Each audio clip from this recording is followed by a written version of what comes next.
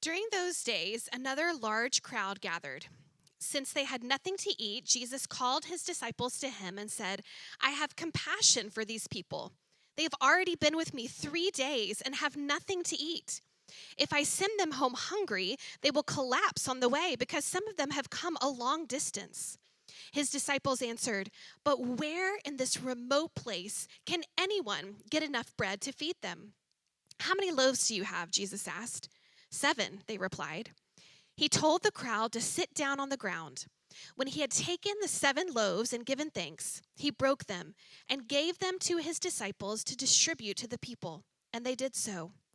They had a few small fish as well. He gave thanks for them also and told the disciples to distribute them. The people ate and were satisfied. Afterward, the disciples picked up 7 basketfuls of broken pieces that were left over. About 4,000 were present. After he had sent them away, he got into the boat with his disciples and went to the region of Dalmutha. The Pharisees came and began to question Jesus. To test him, they asked him for a sign from heaven. He sighed deeply and said, "Why does this generation ask for a sign? Truly, I tell you, no sign will be given to it." Then he left them, got back into the boat, and crossed to the other side. The yeast of the Pharisees and Herod. The disciples had forgotten to bring bread, except for 1 loaf they had with them in the boat. "Be careful," Jesus warned them.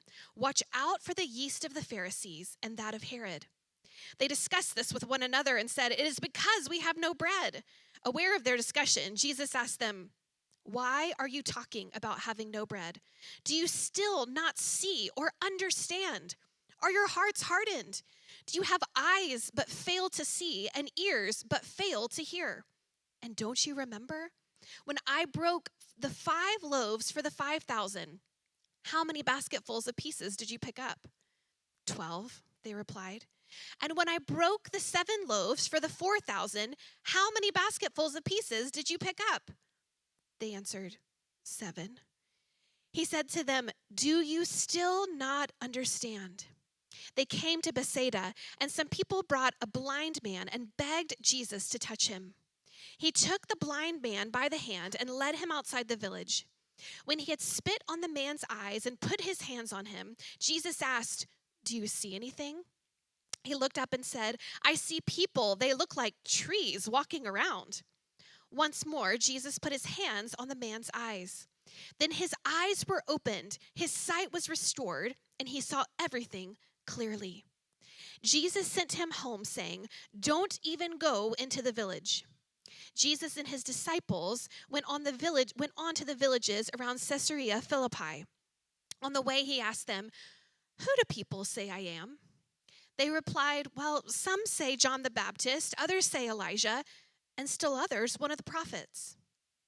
"But what about you?" he asked. "Who do you say I am?"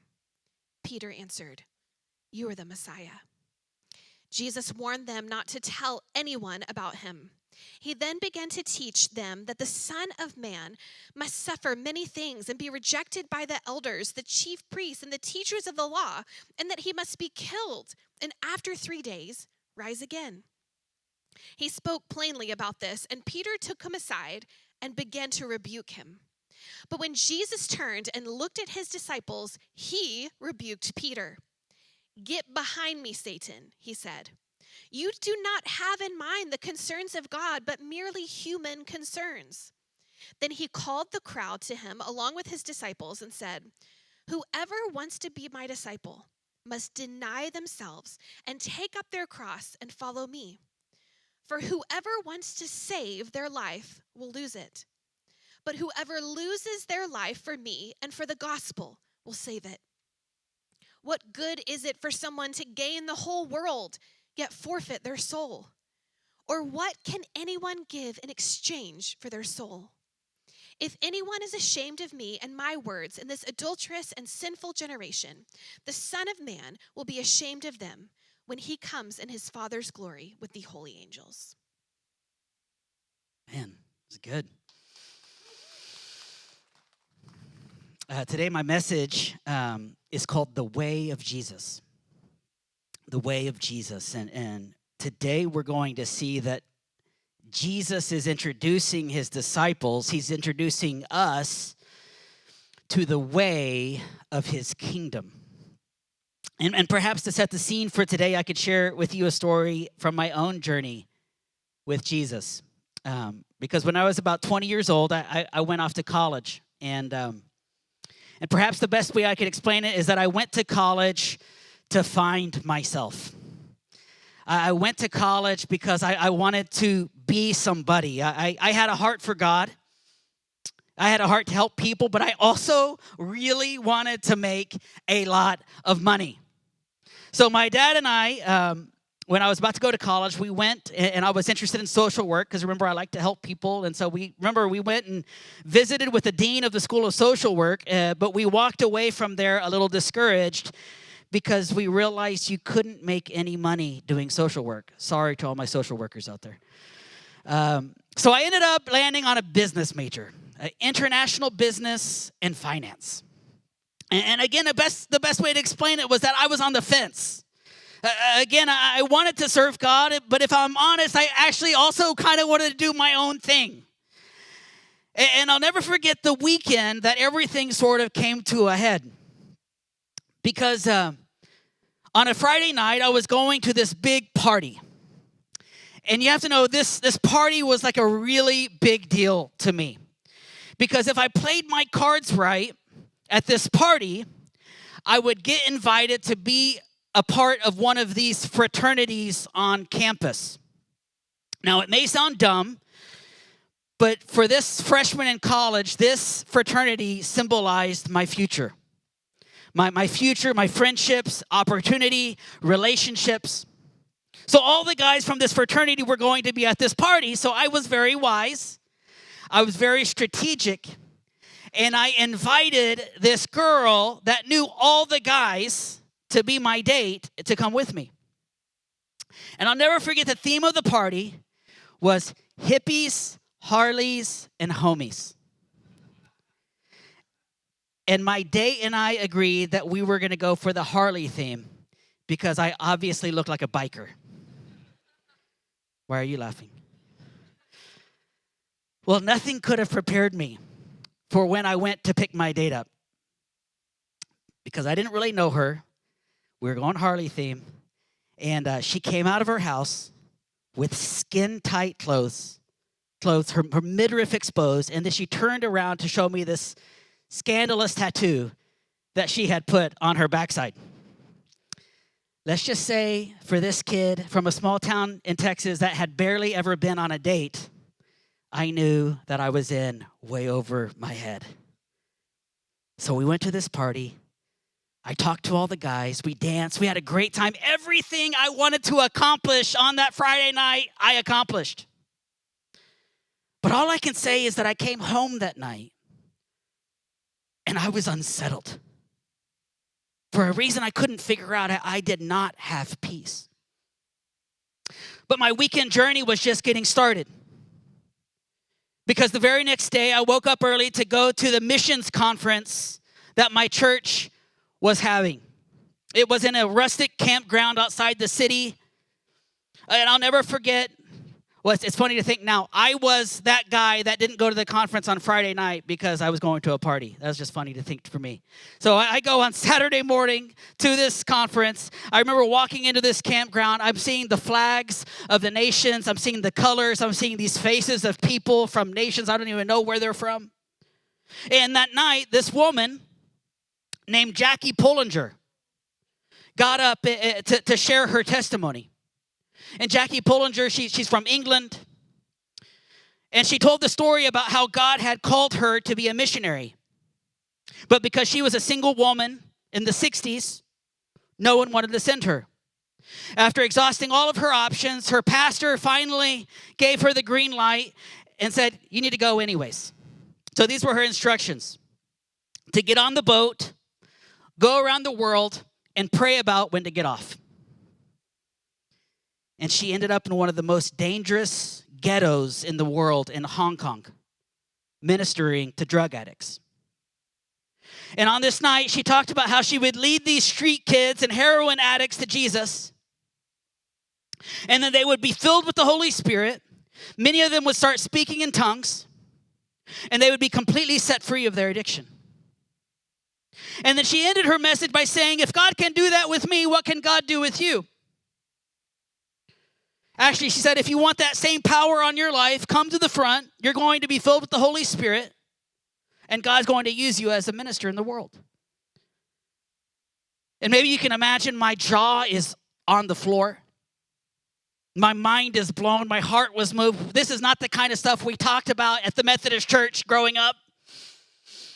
I didn't even know this kind of stuff was still possible, but I couldn't deny that I was seeing and hearing about the Bible coming to life. But coming home that night, probably the biggest thing that I felt, again, was I felt unsettled. It was the same feeling as the night before, a bit different. Because I'm sure you can see that my night on Friday night and my night on Saturday night could not have been more different. Friday night was about me trying to be somebody, trying to make a name for myself, trying to move up in the world. And Saturday night was about the power of surrender. It was about what God can do when we yield to Him. And I realize now that the reason I was feeling so unsettled is because it was like God was drawing a line. And He was asking, which do you choose?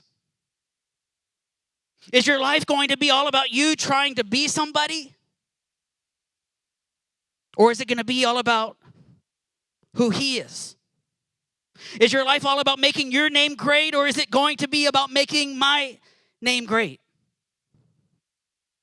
And as we look at Mark 8 today, I think we're seeing that Jesus is drawing the line for His disciples. The disciples start to realize what it really means to follow Jesus. Let's just give a little context here, a little bit of a step back on what we've seen so far, right? So Mark 1-7, the disciples have been seeing Jesus heal. They've seen Him touch lepers. They've now seen Him multiply food for thousands twice.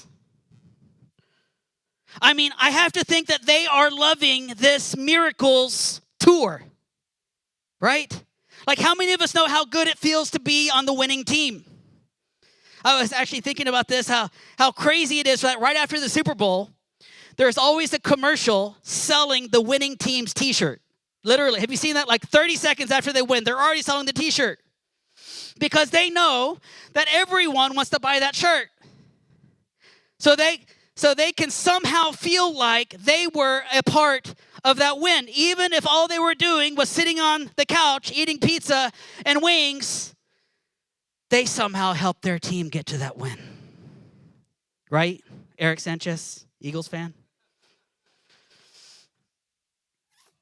I think this is how the disciples had to have been. They're probably skipping along with their WWJD bracelets, wearing their t-shirts that say blessed, right? They're the hype men for Jesus as He's going from place to place like a real life superhero. But in chapter 8, there's a turning point. It was a moment when all of a sudden it started to get real. And we see it in verse 27. It says, Jesus and His disciples went on to the villages around Caesarea Philippi. On the way, He asked them, "Who do people say that I am?" They replied, "Some say John the Baptist, others say Elijah, still others one of the prophets. But what about you?" He asked, "Who do you say that I am?" Peter answered, "You are the Messiah." Jesus warned them not to tell anyone about Him. We see Jesus is starting to bring the weight of what it really meant to follow Him. It was kind of like all of a sudden the fun and games were over. The hype is fading away. And He looked at His disciples with a simple question. Who do you say that I am? You see, it's a simple question, but that doesn't make it easy to answer. We all have to come to a point in our lives that we have to answer this question. Who do you say that he is?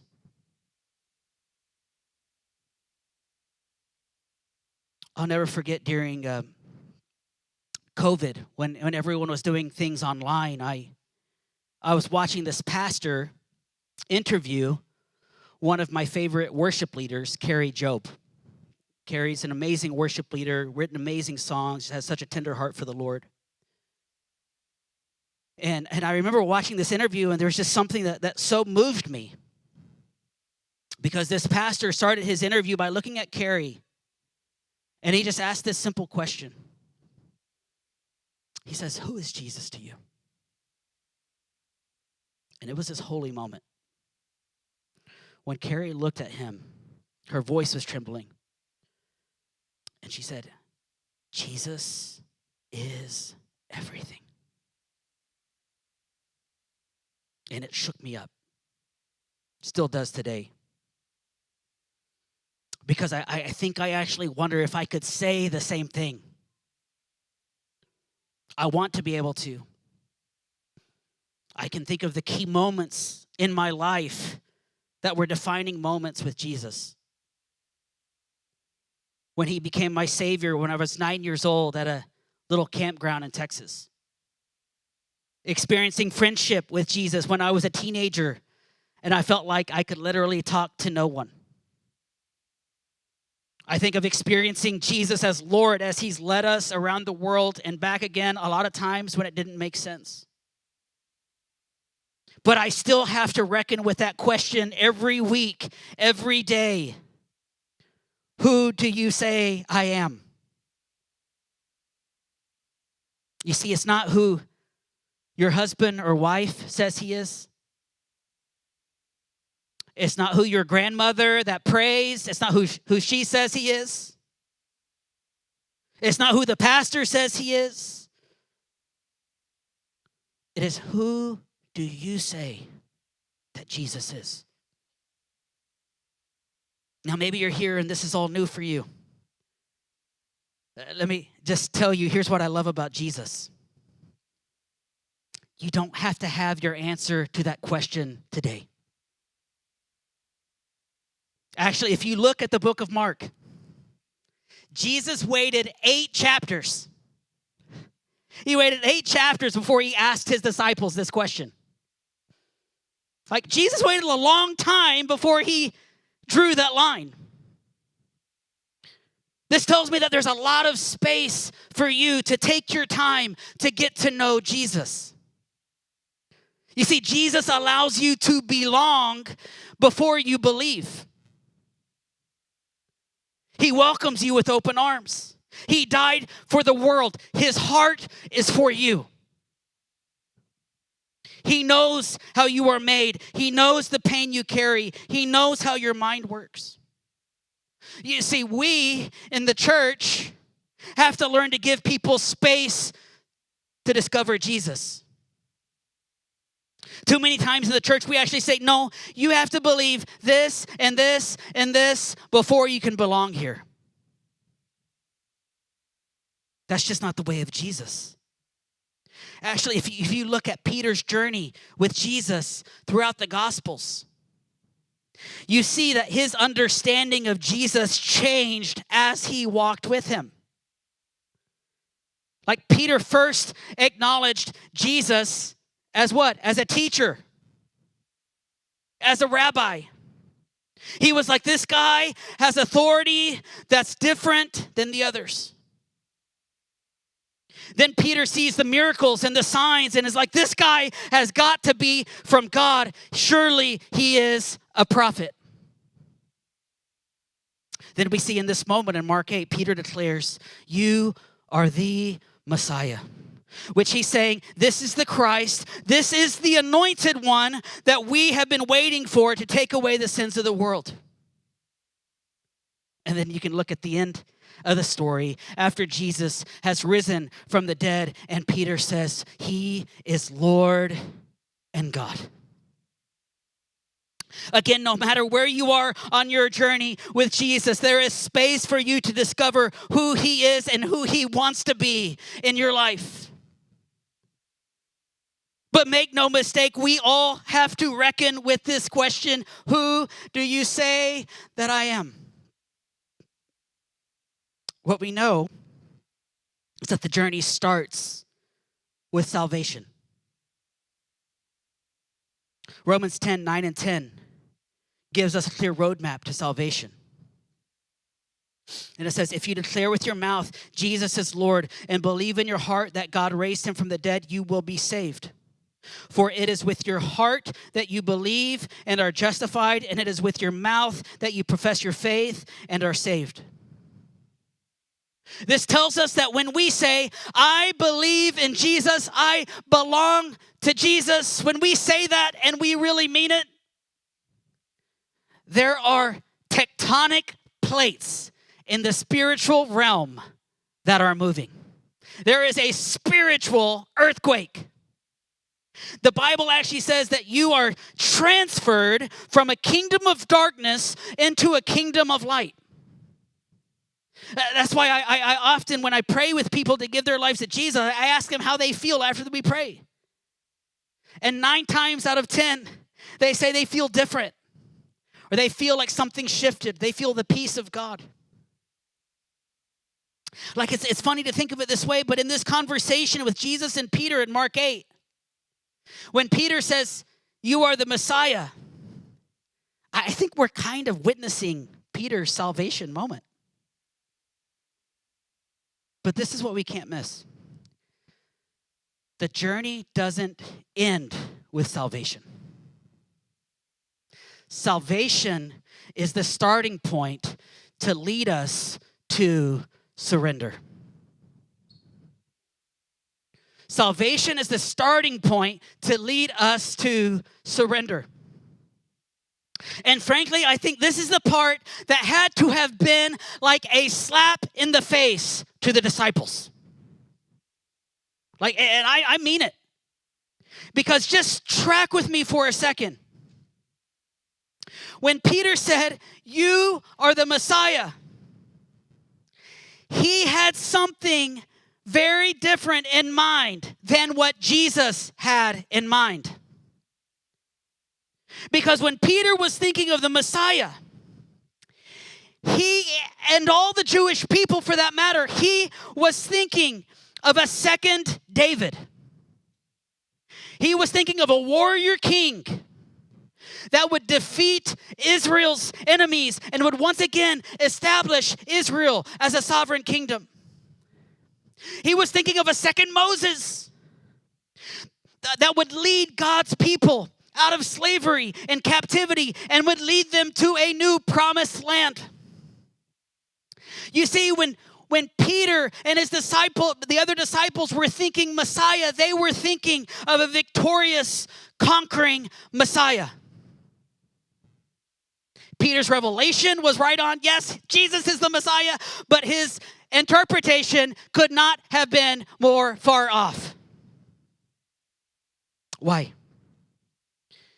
Because if we continue reading in Mark 8, Jesus starts to pull back the curtain on his way of redeeming humanity.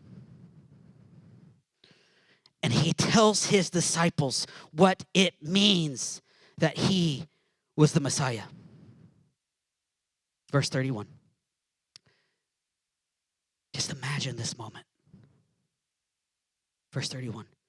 He then began to teach them that the Son of Man must suffer many things and be rejected by the elders, the chief priests, and the teachers of the law, and that he must be killed and after 3 days rise again. I just want you to imagine for a second that you are the disciples. You are with the Messiah. And you're ready to start kicking some tail and taking names, right? Like you're thinking of trumpets and thrones and new kingdoms. And then all of a sudden, Jesus says, okay, guys, here's the plan. But it's not as a conquering king, but it's as a suffering servant. He's like, guys, here's the plan. I'm going to suffer.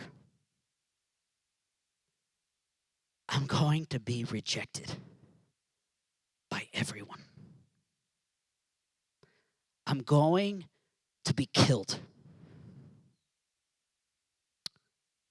And then I'm going to rise again from the dead. And this is where you got to love Peter, right? Because Peter is the one guy at the party that says what he's thinking, right? You got to always love those people. And he's like, no. To be honest with you, Jesus, the plan could use some work, like a lot of work. Like you totally lost me with the suffering, right? Like this is wild. It says that Peter starts rebuking Jesus. I have to imagine that Peter was like, Jesus, let us take care of the marketing, okay? Like I see your name over the biggest coliseums, right? Like Matthew knows some people that know some people. Judas, he's always got some weird hookups, but we can make it all happen.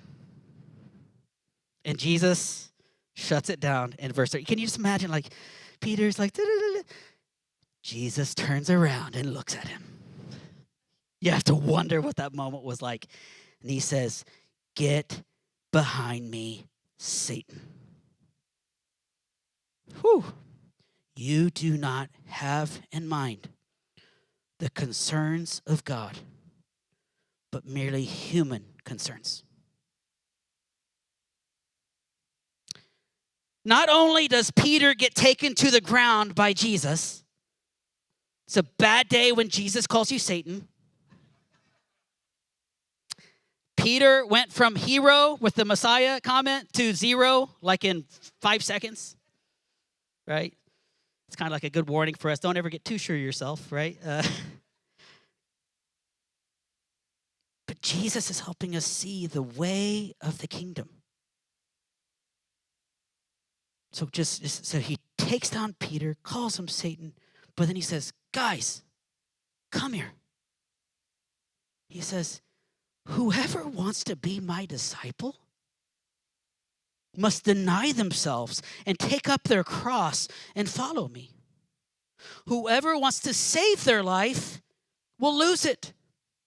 But whoever loses their life for me and for the gospel will save it. You see, Jesus is introducing his disciples to an upside down kingdom. And he's like, you want to save your life? Yeah, you got to lose it. You want to really live? You have to die. You really want to be somebody in my kingdom? It can't be about you. If you want to be a great leader, you've got to be a follower. And he continues, verse 36, what good is it for someone to gain the world yet forfeit their soul? He's like, you can run after influence and popularity and riches, but what is the point if you lose your soul in the process? It takes me back to where I was as a 20-year-old with a choice to make. Because can I just tell you that the way of Jesus, as I said, this upside down kingdom does not make sense. You can't make it make sense. That's why it's called faith. Too many times, we prefer a God of convenience. We call on God just like we dial 911, just in case of emergencies. And we wonder why we don't see God move in our lives, why we aren't experiencing his presence or power. We end up thinking that God is just boring or irrelevant. Whereas Jesus invites us into a realm of relationship with him of the miraculous, of mountains moved. But make no mistake, the cost is everything.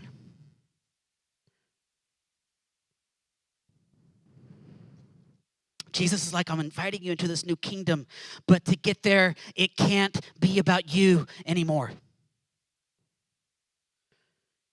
It can't be about what's yours. There's no more negotiating. Can you believe we do that with God? Like, well, do I really need to pray? Or does he really need my 10%? I mean, I'm the one who worked anyway. Do I really have to go to church? I mean, it's ridiculous how much we negotiate. I used to do it all the time. I still do. I used to say, God, I'll do anything as long as I don't have to raise financial support. Or as long as I can have this relationship. God, I'll do anything, but just please don't ask me to forgive that person because they're dead to me. And can I just tell you that whatever it is that you are holding on to, whatever it is that you don't want to let go of, be it reputation or riches or relationship or recognition, whatever it is you can't let go of, that is typically what Jesus is coming after. Not because he's out to get you. Not because he's trying to ruin your fun. No, it's because he knows that whatever you are holding on to, you will ultimately become enslaved to. And Jesus, in his goodness, is committed to protecting you. That's why there's freedom and surrender. The way of the kingdom is the way of surrender.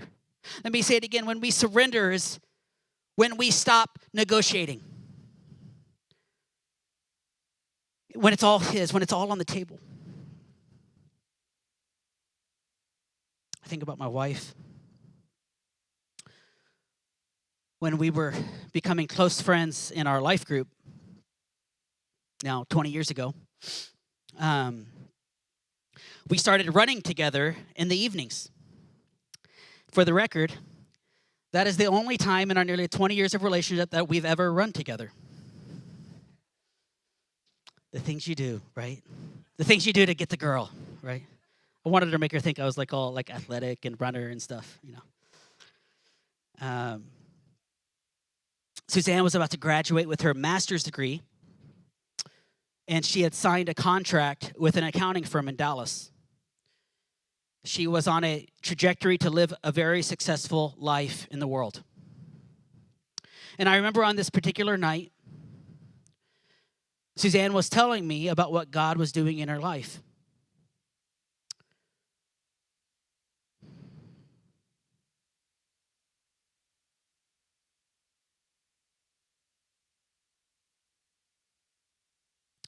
And she was telling me that she was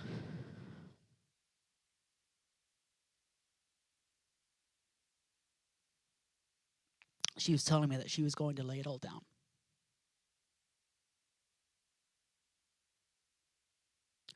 Her career, her degree, her future. And I remember as she told me this, it nearly scared me because of the huge risk she was taking. Only God knew then that she was signing up for a life of uncertainty and great sacrifice. Instead of driving a Range Rover in North Dallas, which was her dream, she drove a beat-up Honda Odyssey in West Tijuana.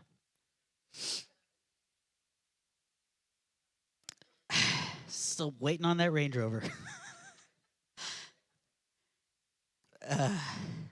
As we celebrated 10 years of our church in Tijuana last week,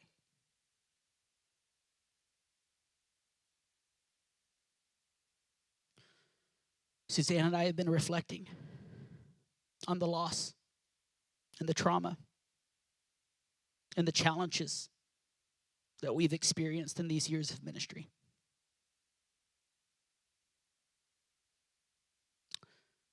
Please hear me that this way of Jesus, this upside down kingdom, and I don't even know that we've done it totally great, but it's not easy. The cost is everything. And at the same time, I can't help but think of the lives that have been touched and the churches that have been planted and the missionaries that have been sent because that 22-year-old girl was willing to lay it all down. You see, Jesus is helping us see that success in the kingdom is surrender.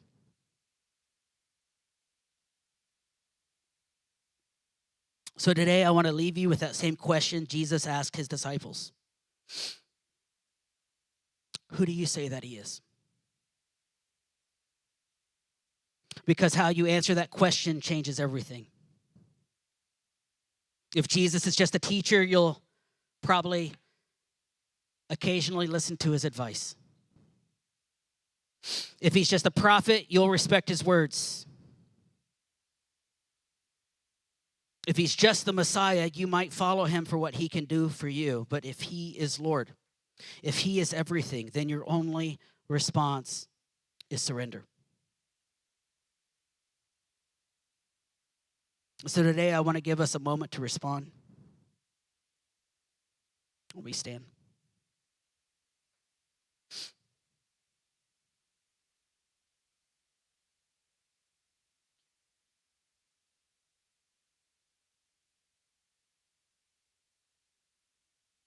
Maybe you've been following Jesus for a long time.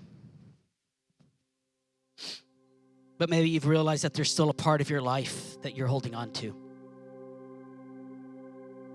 Maybe you've been on the fence trying to live in both worlds. Or maybe today is the first time you're even considering what it means to truly follow Jesus. Wherever you are on that journey, I believe Jesus is standing before you just like he did with Peter, drawing a line and asking, who do you say that I am?